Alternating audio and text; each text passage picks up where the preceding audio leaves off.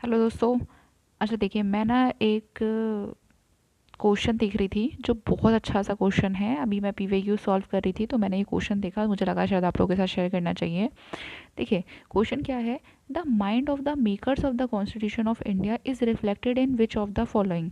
देखिए, यहाँ पे कहा गया है कि जब कॉन्स्टिट्यूशन को जो है डिसाइड किया जा रहा था तो मेकर्स के माइंड में क्या चल रहा था उस टाइम पे, कि मेकर्स जो हैं वो किन चीज़ों को, किन आइडियाज़ को कॉन्स्टिट्यूशन में रखना चाहते थे, किसको वो स्ट्रांगली जो है मतलब फेवर करते थे कि ये चीज़ें जो हैं वो कॉन्स्टिट्यूशन में होनी चाहिए, और जिनका जिक्र उन्होंने किया है, ठीक है, जिनका आइडिया उन्होंने जो है दिया है, या जिन चीज़ों पे वो रूल बनाना चाहते थे, जिन चीज़ों पे वो लॉ लाना चाहते थे, ठीक है। तो ऐसी चीज़ें क्या थी कॉन्स्टिट्यूशन में, या फिर कहाँ पे उनका जो माइंड सेट है वो देखने को मिलता है कहाँ पे। जैसे उन्होंने बहुत सारी चीज़ें बनाई है, फंडामेंटल राइट्स रखे हैं, डीपीएसपी रखे हैं, फंडामेंटल ड्यूटीज़ हैं, प्रियम्बल है।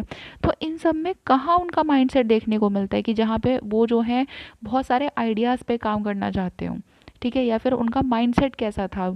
तो देखिए, जब मैंने क्वेश्चन सॉल्व किया था ना तो मुझे सच में ये लगा था कि इसका आंसर शायद फंडामेंटल राइट्स होगा कहीं ना कहीं, क्योंकि फंडामेंटल राइट्स में यार उन्होंने बहुत सारी चीज़ें बात की गई हैं, ठीक है। हो सकता है उनके लिए ज़्यादा इंपॉर्टेंट ये हो कि लोगों को मौलिक अधिकार दिए जाएं, लोगों को अवेयरनेस हो उनके अधिकार के बारे में, ठीक है। और जहाँ तक है शायद उन्होंने कहीं ना कहीं सुप्रीम कोर्ट को भी इसमें इन्वॉल्व किया है आर्टिकल 32 में, कि वो गारंटी दे रहे हैं।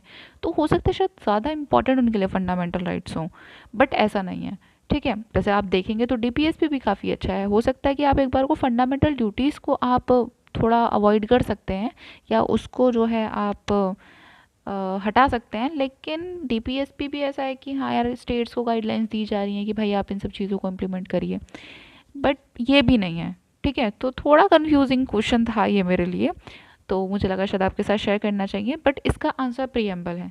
देखिए, प्रियम्बल में उन्होंने बहुत सारी चीज़ों की बात की है, socialist, secular, democratic, Republic, liberty, equality, ठीक है, जस्टिस, फ्रेटर्निटी, इन सब चीज़ों की बात की है। उससे जो है बहुत सारा उनका माइंडसेट देखने को मिलता है, बहुत सारे कीवर्ड्स उन्होंने यूज़ किए हैं, ठीक है। इन सब चीज़ों को, इन सब कीवर्ड्स पे वो काम काम किया है उन्होंने।